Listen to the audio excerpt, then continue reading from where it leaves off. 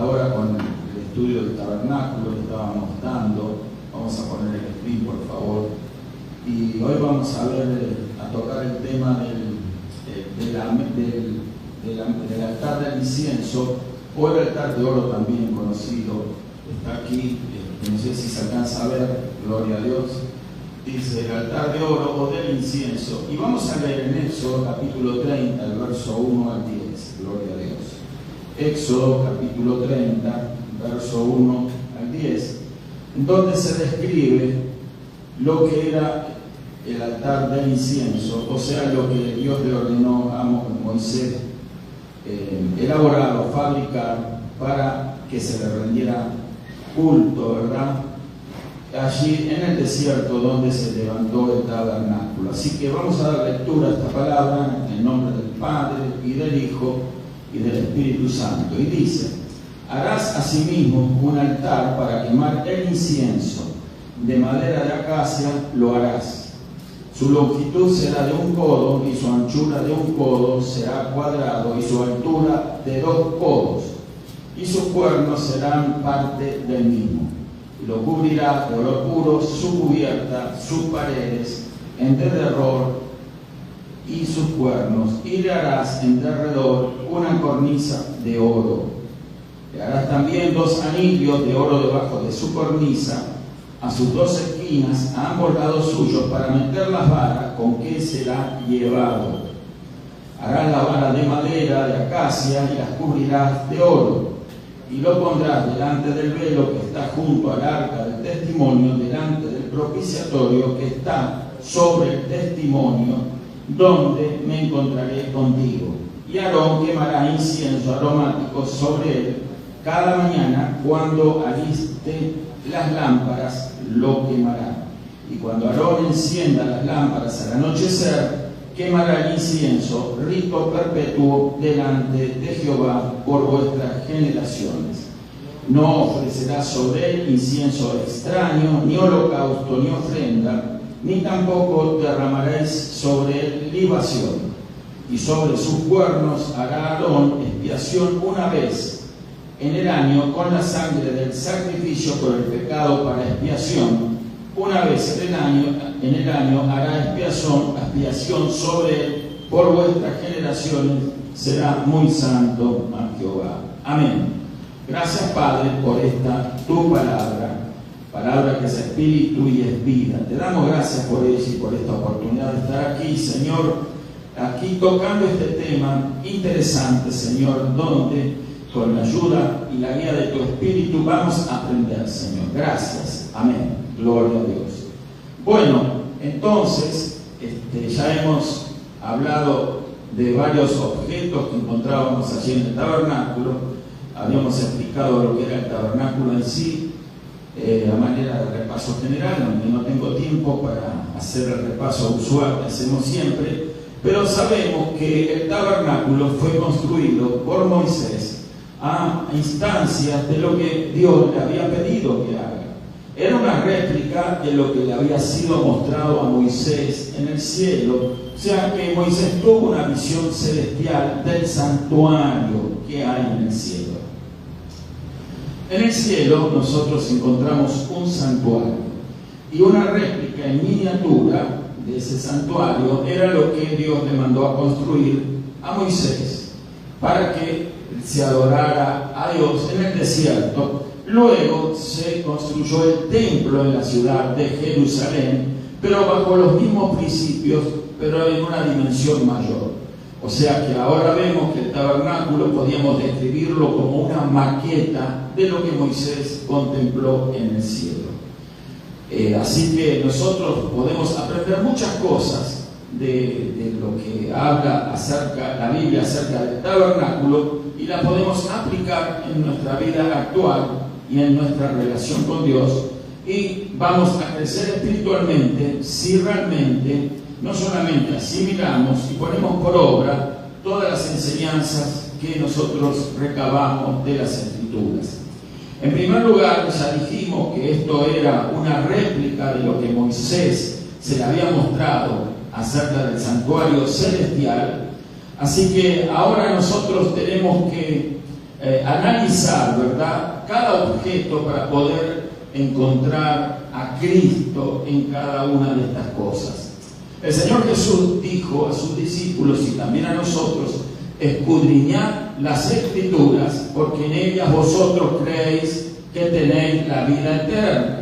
Esto significa que en cada lugar de las Escrituras a las que el Señor hacía referencia, se habla de Cristo.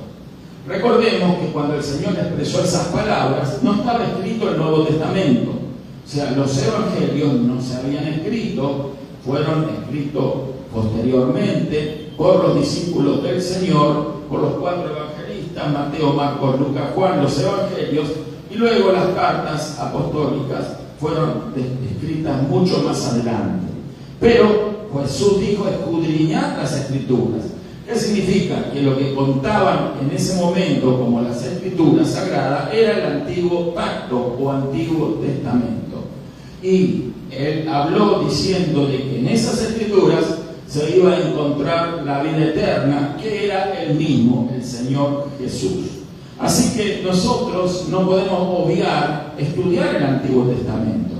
Hay quienes se enfocan solamente en estudiar el Nuevo Testamento, y es importante conocer toda la Biblia. O sea, nosotros tenemos que estudiar la palabra de Dios desde el Génesis al Apocalipsis para poder tener una dimensión completa de Dios y de lo que es su voluntad con nosotros. Así que nosotros tenemos que mirar de qué forma el pueblo de Dios en la antigüedad, en esa antigua dispensación, entonces ellos oraban, y fíjese que ellos hacían las cosas que habían recibido como una orden, o sea, obedecían lo que Moisés les decía, porque Dios no le dio instrucciones directas al pueblo de Israel, sino que Dios le dio las instrucciones a su mensajero, a Moisés, y a través de Moisés, entonces toda esa enseñanza, toda esa instrucción fue repartida a todo el pueblo de Israel. Ellos, sin comprender muchas cosas, las pusieron por obra y ellos fueron bendecidos, porque aquel que pone por obra la palabra de Dios sin argumentar, sin cuestionar, va a recibir la bendición del Señor. O sea, ahí encontramos un principio fundamental en todas las cosas, no solo en el Antiguo Pacto, sino también en el Nuevo Pacto, que es el Nuevo Testamento, que es la obediencia. Si nosotros obedecemos, nosotros vamos a recibir bendición. O sea, que la obediencia no se limita a comprender, ¿verdad?, lo que estamos estudiando, no se limita sencillamente a que si recibimos una revelación poco o más profunda de la Escritura, quizás no entendamos todo, pero lo importante es obedecer. Amén.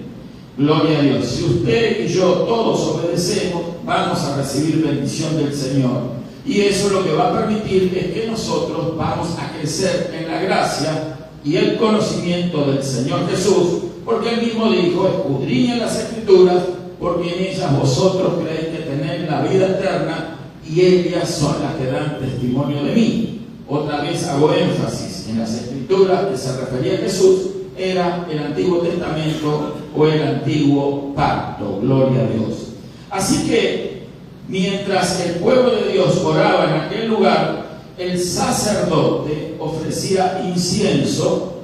Está muy pequeño el dibujo, ¿verdad?, de la mesa del incienso, pero era construido de madera de acacia y todo enchapado o recubierto en oro, como ya lo hemos leído aquí en la descripción.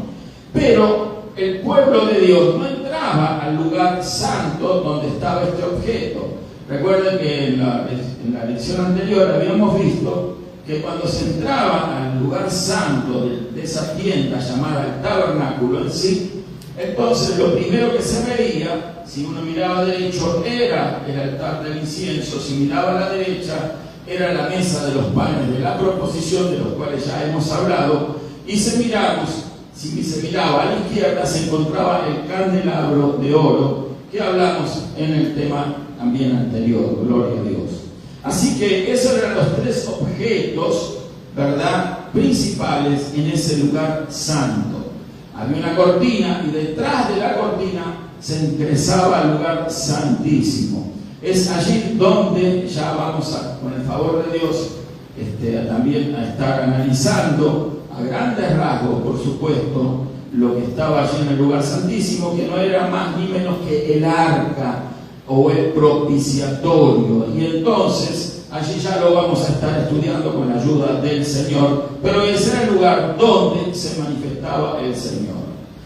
Tenemos que mencionar una vez más de que esa tienda, ese tabernáculo, no tenía ventanas, ¿sí? Quiere decir de que no había luz natural que ingresara en ese lugar. Entonces, en el lugar santo, lo que iluminaba ese lugar donde los sacerdotes ingresaban para poner o cambiar los panes de la mesa de la proposición, o prender el incienso, o trabajar manteniendo el candelabro de oro, o sea, la lámpara que estaba allí iluminando, entonces se necesitaba para poder ver obviamente la lámpara o el candelabro, y esa era la fuente de luz en ese lugar.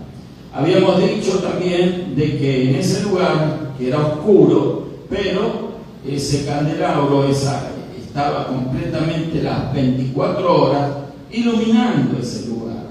Así como la iglesia hoy en día no cesa de dar luz. ¿Por qué? Porque hoy somos nosotros los luminares en este mundo que traemos luz a esta sociedad inmoral, corrupta y mala, pero que vive en la oscuridad. Pero nosotros tenemos que estar dando esa luz, que no es más ni menos que el Señor Jesús. Una luz que no es propia, no es natural nuestra, pero es una luz que nosotros reflejamos en la medida que nosotros nos relacionamos con el Señor Jesús. ¿Qué quiere decir? ¿Qué quiero decir con esto? De que cuanto más relación tengamos nosotros con el Señor, más vamos a ser empapados de esa luz, vamos a ser llenos de esa luz, y más esa luz se va a reflejar a través de nuestra vida. Pero poca relación con Dios significa poca luz que vamos a brindar. Pero si tenemos mucha relación con Dios, entonces vamos a brindar más luz. Así que la importancia de la relación con Dios es crítica, hermano. No estamos aquí sencillamente para pasar un rato, ¿verdad? No estamos aquí quizás para vernos las caras uno de los otros, sino que estamos aquí porque queremos aprender a relacionarnos con Dios. Por eso tenemos una reunión de oración en este día, en donde presentamos nuestras oraciones, así como el sacerdote en la antigüedad quemaba incienso sobre esa mesa de incienso. Él prendía a la mañana y prendía al atardecer el incienso en ese lugar. El incienso, todos sabemos, es una hierba aromática, ¿verdad?, que se encendía y eso generaba humo. Esto hacía el sacerdote cada día 2 veces, ¿verdad?, a la mañana y a la tarde. Entonces, de esa manera, el pueblo se reunía en el atrio, en el exterior del tabernáculo. Recordemos que los únicos que podían entrar al lugar santo eran los sacerdotes. Y el pueblo de Israel estaba en el atrio o alrededor también de aquel atrio, de aquel tabernáculo. Recordemos también, como ya una imagen, podemos ver quizás la imagen de la foto del gráfico donde está no ese necesariamente lo que está mostrando ese mismo. Ahí pueden ver de qué manera estaba dispuesto el tabernáculo y en medio de todas las tribus de Israel. Esto es muy importante porque Dios era el centro de su nación. Así también Dios es el centro nuestro. Todas las cosas que nosotros vivimos, todas las cosas que nosotros practicamos, todas las cosas que nosotros pensamos, tienen que estar allí con ese centro que es nuestro Dios Todopoderoso, el Señor Jesús, Rey de Reyes y Señor de Señores. Él es el centro de nuestra vida. Si no es de esa manera, entonces estamos lejos realmente de estar agradando a Dios y estamos quizás despojado de la genuina o verdadera fe. ¿Por qué? Porque el no tener esta conciencia clara de lo que estamos hablando, de que Dios sea el centro de nuestra vida, entonces es una demostración clara de que nuestra fe no es sólida, no es permanente, no es constante, o puede ser una fe muy débil. Y nadie quiere ser débil en nada, y nosotros tenemos que ser campeones de la fe, llenos del poder y de la gracia de Dios. Eso significa estar llenos de la fe de Dios. Amén. Gloria a Dios. Así que Dios es el centro de nuestra vida. En aquel entonces el sacerdote entraba en el lugar santo, se encontraba con el altar del incienso, el pueblo de Israel estaba alrededor en el atrio, y supongo que no cabían todos en el atrio, eran millones de personas, todos quizás desde sus tiendas estaban en ese momento en una actitud de oración, ¿verdad? ¿Por qué? Porque era el momento importante cuando se encendía el incienso. ¿Qué significaba eso? Que junto con todas esas oraciones del pueblo de Israel y también la oración de los sacerdotes y del sacerdote o el sumo sacerdote que prendía el incienso ahí, entonces se elevaba ese humo, un humo que cubría todo ese lugar, un humo que nos habla de que todas nuestras peticiones han de ser respondidas, pero no por méritos propios. No sé si me estoy explicando en esto. O sea, nadie pretenda que por hacer poco o hacer mucho obtiene un mérito propio al recibir una respuesta más rápida, más amplia que la que usted pueda suponer, ¿verdad? Porque hay quienes suponen de que si oran mucho, entonces van a recibir mejores respuestas. No, orar mucho es mantener una relación con Dios y obviamente vamos a ser más efectivos en esa relación y más útiles para el Señor. Pero no es por mérito que nosotros vamos a recibir las respuestas a nuestras oraciones. O sea, el mérito ya lo hizo el Señor Jesús. Amén. Él es el único que ganó el mérito para poder estar allí intercediendo por nosotros. Esto no está en el tema, pero para agregarlo y comprender un poquito mejor cuál es la labor actual de nuestro Señor Jesús. Él no está sentado en una nube, tocando, ¿verdad?, una arpa, ¿verdad? El Señor Jesús está trabajando todavía. Él ya hizo su misión aquí en la tierra. Él fue enviado por el Padre para venir a morir, para salvarnos a nosotros, a morir por nuestros pecados, a derramar su sangre, su vida, y a resucitar de entre los muertos, pero luego ascendió al cielo, a ese santuario celestial. Él ahora está haciendo una función que nos describe el libro de los Hebreos. Yo le aliento que usted lo estudie, lo lea. Entonces, donde es una función sacerdotal. En otras palabras, Él hoy en día es nuestro sumo sacerdote, donde está intercediendo por usted, por mí, por todos aquellos que han creído en Él, por todos aquellos que han sido lavados y comprados por la sangre del Señor Jesús. Ese es el trabajo que el Señor está haciendo ahora mismo. Desde que Él ascendió al cielo, no quedó un instante, un momento, sin que Él dejara de interceder. Amén. Gloria a Dios. Así que Él está haciendo de intercesor, está haciendo la función de sumo sacerdote, ese sumo sacerdote que prendía ahí la mesa del incienso, y de esa manera se generaba una relación con el Creador. Pero ahora es el Señor Jesús mismo el que está ahora, ¿verdad?, con sus propios méritos ganados, porque Él murió por nuestros pecados, para ser oído, para ser escuchado y para obtener respuesta a cada una de nuestras peticiones. Amén. Gloria a Dios. Ahora tengo que agregar algo más que no estaba en el tema de la lección. Espero poder completar por lo menos en parte esto. Pero si nosotros queremos saber, que esto es muy importante, ¿por qué cosas orar?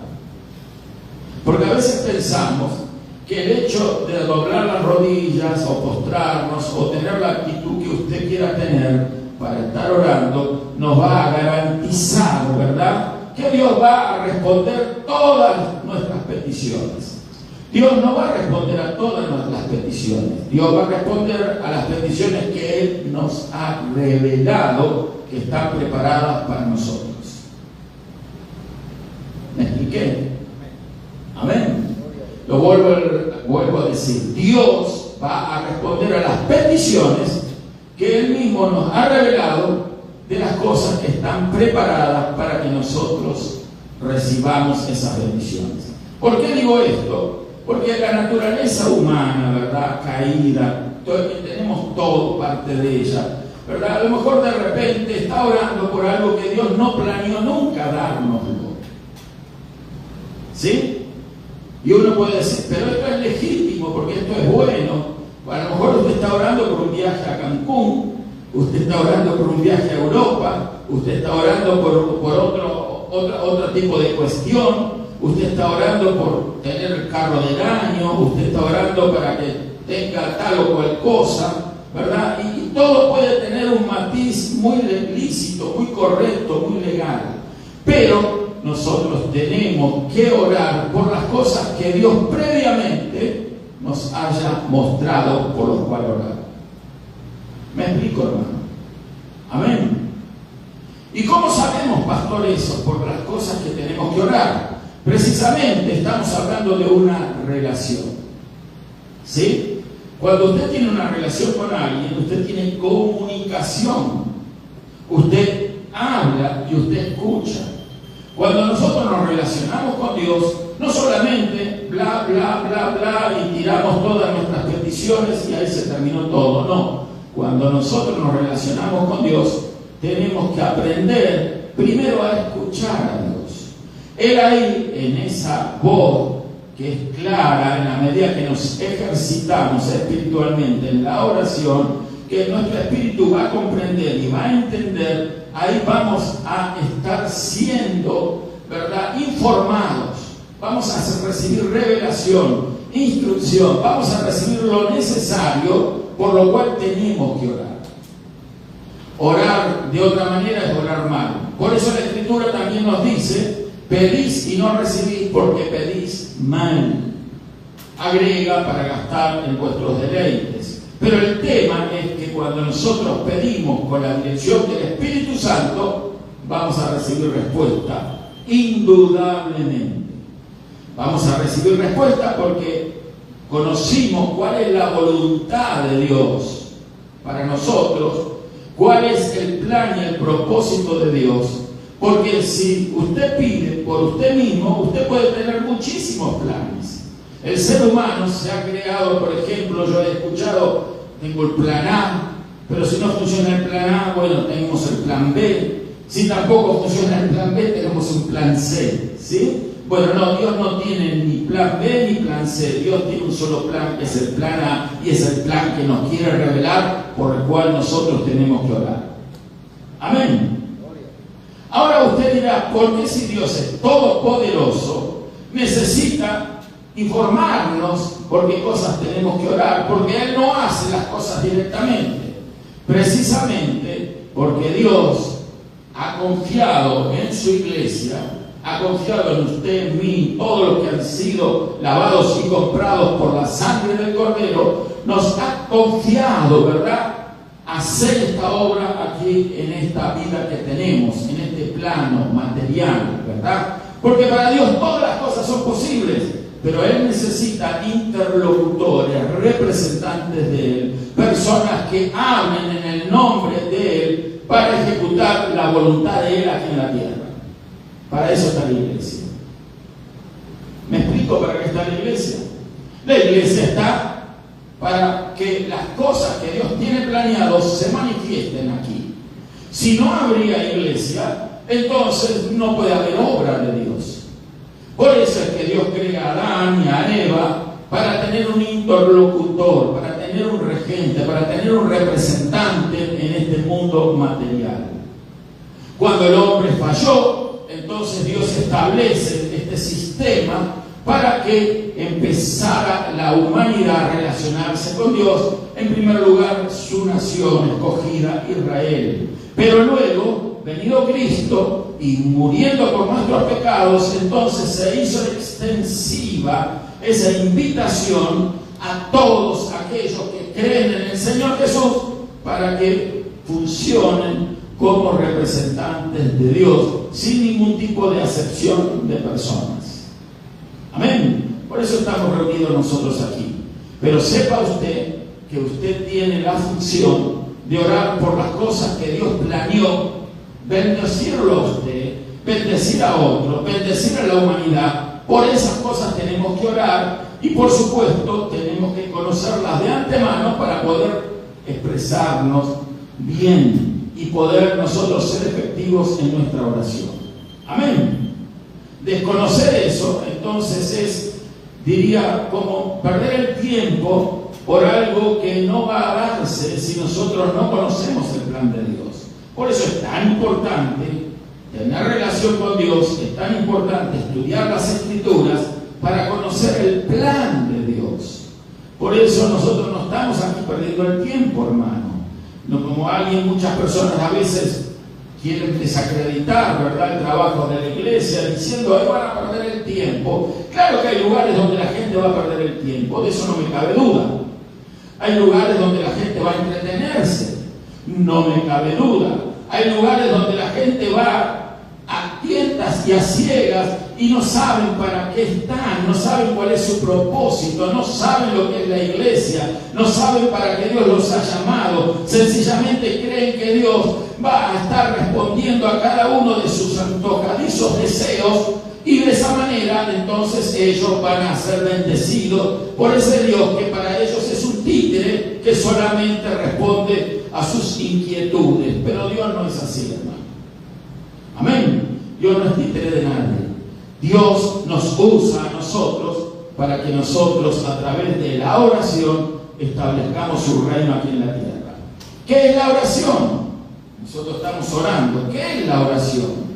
Nosotros creemos que la oración es un conjunto, la mayoría cree que es un conjunto de peticiones. No, oración, si usted estudia la gramática, usted va a ser informado que una oración está compuesta de sujeto, verbo y predicado. Eso significa una oración, ¿sí? En casi todos los lenguajes, ¿verdad?, escritos, usted va a encontrar una gramática que le va a explicar lo que es una oración. La gramática castellana es muy similar en ese aspecto a la gramática inglesa, ¿sí?, en donde nosotros sabemos sujeto, verbo y predicado. No vamos a hacer un curso de gramática ahora, pero sí sabemos lo que es una oración. Es una expresión, es una serie de palabras unidas en ese sentido para dar a conocer algo, para informar algo. La iglesia está muy bien decorada. Eso es una oración, por ejemplo. Bueno, Dios quiere informarnos cómo nosotros podemos hacer de este mundo algo mejor. Pidiendo para que Él nos dé el carro del año, pidiendo para que Él nos dé la casa con alberca, pidiendo que Él agrande nuestra cuenta bancaria. No necesariamente eso son oraciones. Si Dios ha planeado hacer eso, gloria a Dios. Ahora el tema que nosotros tenemos que orar, declarando que Dios desea que este mundo viva en paz. Por ejemplo, viva en paz. Entonces nosotros podemos hacer una oración. En el nombre de Jesucristo declaramos que este mundo debe de vivir en paz. Y cuando usted declara de esa manera, le está cortando las alas a la guerra, por ejemplo, que es lo que rompe con la paz. Hoy vivimos tiempos peligrosos, todos sabemos eso, en donde hay guerras en diferentes lugares. Alguien ha dicho, estamos ya quizás en la tercera guerra mundial. Entonces, hoy la iglesia tiene que orar por la paz. Jesucristo es la paz. Amén. Esto es muy importante. Nosotros somos los que vamos estableciendo los patrones que van a ir desenvolviéndose en esta tierra en la medida que oremos bien. Si oramos mal, el caos va a cundir, todo va a ser confusión, todo va a ser error, todo va a ser problema. Pero cuando la iglesia ora bien, las cosas comienzan a ser enderezadas. Las familias son enderezadas, los matrimonios son enderezados, los jóvenes son enderezados, la sociedad es enderezada, los políticos son enderezados, aunque parezca imposible eso, pero para Dios todas las cosas son posibles. Amén. Gloria a Dios. Así que nuestra oración no se limita a pedir por cosas particulares, personales, sino que Dios nos tiene aquí para interceder por todo el mundo. ¿Y por qué si el Señor Jesús está intercediendo? El Señor Jesús está intercediendo por usted y por mí. Y a nosotros nos toca interceder acá por este mundo. Amén. Amén. A veces estamos acostumbrados a la idea de que, bueno, me duele el hombro, entonces tengo que orar solo por el hombro. Oremos por todas las necesidades físicas que tenemos, porque hay promesa de Dios que por la llaga de Jesús fuimos nosotros curados. Pero no nos debemos de olvidar que hay muchísimas otras cosas por las cuales orar y que conocemos que son la voluntad de Dios. Por ejemplo, lo que acabamos de decir, la paz en este mundo. Mi paz os dejo, dijo el Señor, no como el mundo la da, yo la doy. Mi paz os dejo, mi paz os doy, no como el mundo la da, yo la doy. Eso significa que la paz de Dios es muy diferente a la paz entre los hombres. Nosotros tenemos que abogar por eso, orar por eso, que sea la paz del Señor Jesús la que inunde los corazones de los hombres. Porque el problema no está en las razas, no está en la inteligencia, no está en las capacidades, no está en la riqueza o en la pobreza. El problema está en el corazón del ser humano. No son las ideologías las causantes de los problemas, no son los gobiernos, no, está en el corazón humano. Si nosotros pedimos al Señor que los corazones sean cambiados, que nuevas criaturas vean la luz en este mundo, que nazcan de nuevo, entonces este mundo va a empezar a ser diferente. Amén. Por lo menos eso es lo que nosotros tenemos que hacer. Pero pastor, el Señor viene pronto. Claro que viene pronto y lo declaramos: Señor, ven, ven Señor Jesús. Así se cierra el libro de Apocalipsis. Ven Señor Jesús. Pero el tema es que también ese es el deseo que Dios está estableciendo en nuestros corazones para que oremos por ese evento, que el Señor Jesús venga pronto. Amén. ¿Se da cuenta cuántas cosas hay para orar que de repente nos olvidamos, no las mencionamos, o sencillamente por la sencilla razón de que ignoramos algunos principios de la oración, pensamos o creemos que bueno, tenemos que orar porque nos duele el dedo gordo del pie, ¿verdad? Entonces, no sé si viene el chiste, pero bueno, pero muchas veces las personas, ¿verdad?, se ponen a orar por cosas por las cuales el Señor conoce y sabe que si nos está doliendo algo, Él va a interceder, Él va a obrar, ¿verdad? Porque Él nos quiere sanos, nos quiere vigorosos, nos quiere lúcidos, nos quiere, ¿verdad?, en todos aspectos positivos y nos quiere útiles. Y claro, la salud es parte de lo que nosotros tenemos que tener para poder ser buenos intercesores, buena iglesia del Señor Jesús. Amén. Amén. Pero pastor, y la pobreza y los hermanos pobres, bueno, hay que enseñar que la pobreza no tiene nada que ver con Dios. Tenemos un Dios que es rico, hermano. Él es el dueño del oro y de la plata. Y usted debe saber que usted es una hija o un hijo de Dios. ¿Sí o no? Usted debe saber, porque la Escritura lo enseña, que somos herederos y coherederos juntamente con Cristo. ¿Herederos de qué? De todo lo que tiene Cristo, también es parte nuestra. Y si toda la riqueza de Dios está a nuestra disposición, ¿por qué esperar a que la bendición de Dios recaiga solamente en un futuro cuando ya no estemos más en esta tierra? ¿Me estoy explicando, hermano? A veces esos puntos de vista sembrados, ¿verdad?, por la falsa religión que ha imperado por siglos aquí en este mundo, donde pensar o creer de que humilde es andar con los dedos afuera, ¿sí? No es así la humildad. ¿Me estoy explicando, hermano? No es andar con ropa rota, Porque hay gente que cree que la humildad pasa por eso. Nada más equivocado que eso. Usted no va a encontrar a ninguno de los profetas, a ninguno de los servidores de Dios, andar de una manera totalmente inaceptable, impresentable.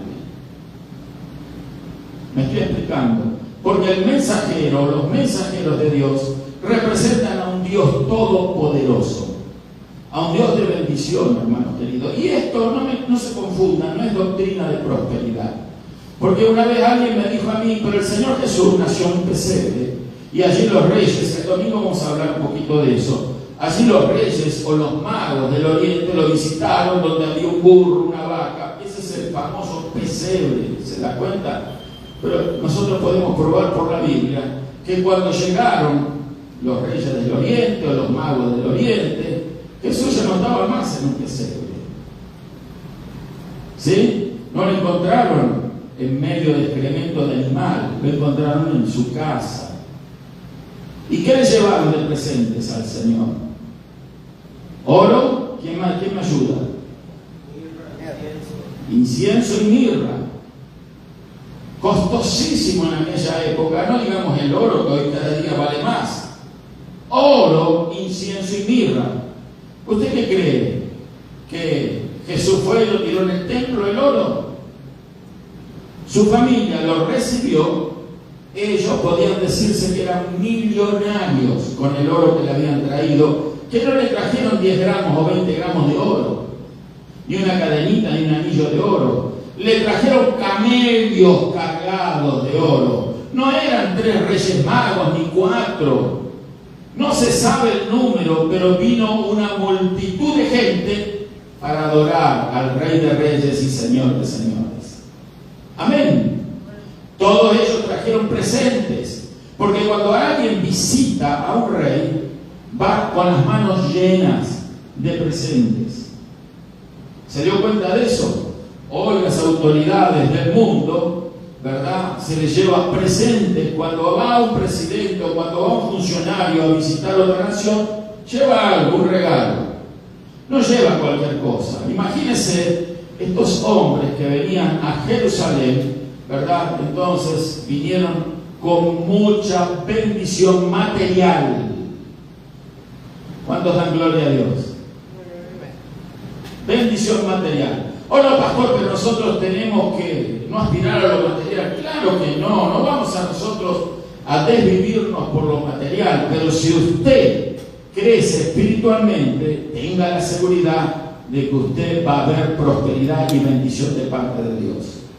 Amén. Porque Dios no quiere que ninguno de sus hijos ande pidiendo limosna. ¿Le gustaría a usted, como padre, a ver a alguno de sus hijos pidiendo limosna en la esquina? Pidiendo en las rutas, pidiendo en los caminos. ¿Verdad que no? ¿Verdad que un sentimiento, verdad, como cierto coraje a veces nos inunda cuando vemos personas ejerciendo eso tan indignante como que es tratar de vivir de la dádiva de los demás? Indigna. Y nos damos cuenta de que es indignante para un ser humano caer en esa triste situación. Indistintamente de cuáles fueron los motivos, nadie quiere que estas personas estén pidiendo. Nadie quiere eso. Sin embargo, cuanto más nosotros no queremos que nuestros hijos caigan en una situación así, nosotros no queremos. El domingo pasado nuestro hermano Eddie trajo una interesante descripción acerca del hijo pródigo. Recibió su herencia. Todo lo que le tocaba él lo recibió. ¿Sí? No se fue con las manos vacías de la casa de su padre. Ahora después él lo malgastó. Lo perdió todo. No era el deseo del padre que su hijo pasara por esa triste situación, como se nos describió, de comer las algarrobas de los cerdos que él cuidaba. No, el padre no quería ese tipo de situación. Por eso cuando el hijo vino arrepentido, ¿qué pasó? Lo cobijó, lo vistió dignamente, puso anillo en su dedo para mostrar: este es mi hijo. ¿Cuántos alaban a Dios? Usted es una hija, un hijo de Dios. Amén. No es cualquier cosa usted, hermana, hermano. No crea, ¿verdad?, absurdeces de que nosotros, para poder agradar a Dios, tenemos que andar lastimosamente por este mundo arrastrándonos. No, nosotros andamos por este mundo dignamente, como Dios quiere que sus hijos anden. Amén. Bueno, entonces nosotros tenemos que comprender que Dios nunca nos va a dejar con las manos vacías. Nunca va a faltar alimento en nuestras mesas. Nunca. Nunca va a faltar pan en nuestras mesas. ¿Alguno de los que estamos aquí le ha faltado pan en sus mesas, siendo hijas e hijos de Dios? Levante la mano si a usted le ha faltado pan en su mesa. Antes probablemente a alguno le haya pasado. Yo creo que a la mayoría tampoco. Sin ser cristianos, muchos de nosotros no hemos pasado por esa triste necesidad, pero hay otros que sí, ¿sí? Pero obviamente hay ignorancia de la palabra de Dios. O sea que Dios no se agrada de la pobreza, porque la pobreza, hermanos queridos, es una degradación a causa del pecado. ¿Por qué los hombres son pobres? Por el pecado. ¿Por qué los hombres son pobres? ¿Por qué se enferman? Por el pecado. ¿Por qué se mueren? Por el pecado. ¿Por qué hay crímenes? Por el pecado. ¿Por qué hay guerras? Por el pecado. Pero Dios no es causante de todas esas cosas. Amén. Así que nosotros aspiremos a buenas cosas. Aspire a buenas cosas. Aspire a servir al Señor con integridad, con dignidad. Yo no estoy hablando de lujo. No malentienda a nadie, por favor. Estoy hablando de lo que es digno de una hija, de un hijo de Dios. Amén. Usted no va a encontrar que el Señor Jesús anduvo dando lástima en su ministerio. No le faltó nunca nada a él.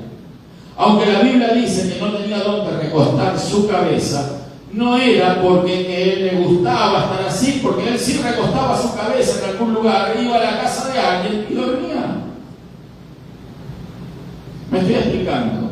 Iba a la casa de Marta y María y ahí encontraba aposento. Iba donde iba, él encontraba lo que necesitaba. Así que los discípulos del Señor tampoco carecieron de nada. No se guíen por los comentarios de la tradición católica, apostólica romana, donde dice que los santos, ¿verdad?, eran personas que se despojaban de todo. ¿Por qué hoy en día entonces no cumplen con eso ellos? ¿Por qué no se despojan de todo el oro del Vaticano? Hay mucho ahí. ¿Me estoy explicando, hermano? Entonces, la hipocresía es muy hermana de la mentira, de la falsedad. Así que no creamos a todos estos cantos de sirena que a veces se pregonan. Nosotros sabemos que tenemos que vivir dignamente como hijas e hijos de Dios. Por eso Dios establece que oremos. Que oremos. Como el sumo sacerdote prendía el incienso y se envolvía en ese humo, entonces también hoy nosotros en nuestras oraciones suben a la presencia de Dios y también la revelación de Dios desciende hacia nosotros. Otro día vamos a hablar de eso, si tenemos la ocasión. ¿Recuerdan aquella experiencia que tuvo Jacob cuando, durmiendo en aquel lugar al cual llamó Betel, casa de Dios, puerta del cielo, él vio una escalera que llegaba desde la tierra, apoyada en la tierra, y llegaba al cielo? ¿Y qué pasaba en esa escalera? Ángeles bajaban y ángeles subían. ¿Me estoy explicando? Ángeles bajaban y ángeles subían. ¿Saben lo que son los ángeles mensajeros de Dios? ¿Qué traían para abajo? Fíjense que no dice ángeles subían y ángeles bajaban. Primero bajaba del cielo.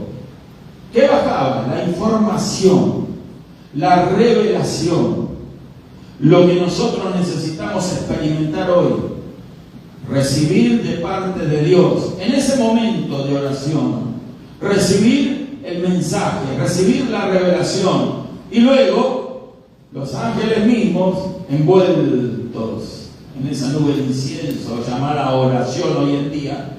Entonces eso va a ser llevado a la misma presencia de Dios. Y todo lo que está de acuerdo a la voluntad de Dios es otorgado, automáticamente es otorgado. Por eso siempre decimos que cada problema tiene solución.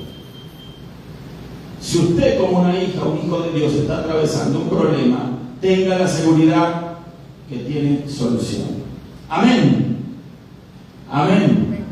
Bueno, entonces ahí vemos nosotros la importancia de orar bien. Y la mesa del incienso nos enseña esto. Cuando el sacerdote oraba en aquel lugar, entonces él sabía que las oraciones, no solo las de él personales allí, sino también de todo el pueblo de Israel, estaban subiendo a la presencia del Señor. Fíjese que el sumo sacerdote, tenemos poco tiempo, ¿verdad? No sé qué hora es. ¿No alcanza? 9 menos 9:05. O yo pensé que me faltaba media hora todavía. 9:05. Con esto termino. El sumo sacerdote tenía un pectoral. Ese pectoral era como un chaleco, vamos a llamarlo así, en donde estaban incrustadas 12 piedras de diferente color y valor. Esas 12 piedras, cada una de ellas representaba una de las tribus de Israel. O sea que cuando se presentaba él delante de Dios, él iba como un representante de esas 12 tribus de la nación de Israel. Cuando usted va a la presencia de Dios, no hay 12 piedras. Usted tiene el Señor Jesús dentro. Y entonces, usted va y se presenta delante del Señor. Es el Espíritu del Señor el que está trabajando en ese momento, al cual usted está representando, pero la realidad es que el Espíritu del Señor está dentro suyo y el Señor está intercediendo allí, como sumo sacerdote. ¿Me estoy explicando? Entonces, cuando nosotros oramos, estamos orando en la presencia de Dios, en representación no solo del pueblo de Dios, la iglesia, sino también hemos experimentado cuál es la voluntad de Dios, no solo para nuestra vida, sino la de los demás, para este mundo, para todas las cosas que nos rodean, y nosotros entonces podemos interceder por esas cosas, sabiendo de que como nos las reveló el Señor, tienen respuesta. Amén. Ahora, si usted cree que, bueno, se me ocurrió orar porque me voy a comprar un carro nuevo y ya salgo a orar por eso, eso se le ocurrió a usted. Usted lo pensó.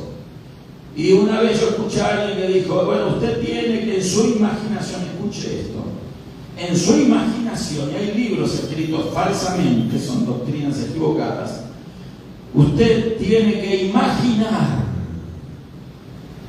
bueno, quiero una casa con alberca, y que la alberca tenga tanta medida, y que la casa tenga tanta extensión, y que sean 10 cuartos, 20 cuartos, y que la casa tenga 2, 3, 10 baños, y que tenga un carro del año, es más, mejor un carro de lujo, un Lamborghini, una Ferrari. Hay gente que ora esas cosas, porque son cosas que le vinieron a la cabeza porque le enseñaron a orar mal. ¿Me estoy explicando? Les enseñaron a orar mal. No les enseñaron a orar, a sujetarse a la voluntad de Dios. ¿Me explico? Nosotros tenemos que aprender a sujetarnos a la voluntad de Dios y no a orar por el deseo de nuestro corazón, porque usted y yo podemos tener muy buenos deseos del alma, del corazón, pero hay que ver si esos deseos son realmente los deseos de Dios. explicando, hermano? Bueno, entonces hay personas que han recibido mala instrucción, por eso pierden el tiempo con oraciones vanas y nunca reciben nada, porque usted vaya y pregúntele, ¿ya recibiste el carro del año? Bueno, no, pero ya viene pronto. Y hace 40 años que están esperando el carro del año, hermano. ¿Me estoy explicando? Entonces, son oraciones vanas. Entonces, en vez de orar y perder el tiempo en esas cosas, ¿por qué no esperar la revelación de Dios y orar positivamente? Me estoy explicando. Y ser útiles de esa manera al Señor, porque Dios quiere personas útiles. Dios quiere personas que sean funcionales a Él. Él no quiere que nosotros esperemos que Él, Dios, sea funcional a nosotros. No sé si me expliqué. Nosotros tenemos que funcionar para Dios. No es que Dios tiene que funcionar para nosotros. Piensen en esto, analícelo y usted va a darse cuenta de muchas cosas, a veces en las cuales pasa el tiempo y pedís y no recibís porque pedís mal. Pero el sacerdote oraba. Hay muchos ejemplos, no tengo el tiempo porque ya pasó, donde el sacerdote oraba y oraba por la nación de Israel, por los pecados de Israel. ¿Por qué? Porque se hacía expiación por los pecados a través de los animalitos que se sacrificaban. Es extenso, ya hemos hablado algo de eso, pero esa era una parte muy importante.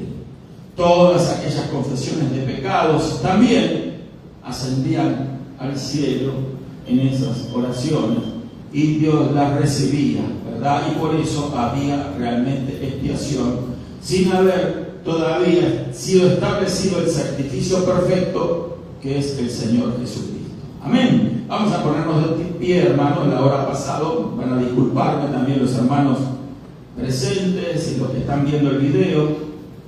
Pero bueno, estos temas, como siempre decimos, son tan extensos, tan amplios, que nunca podemos completarlos.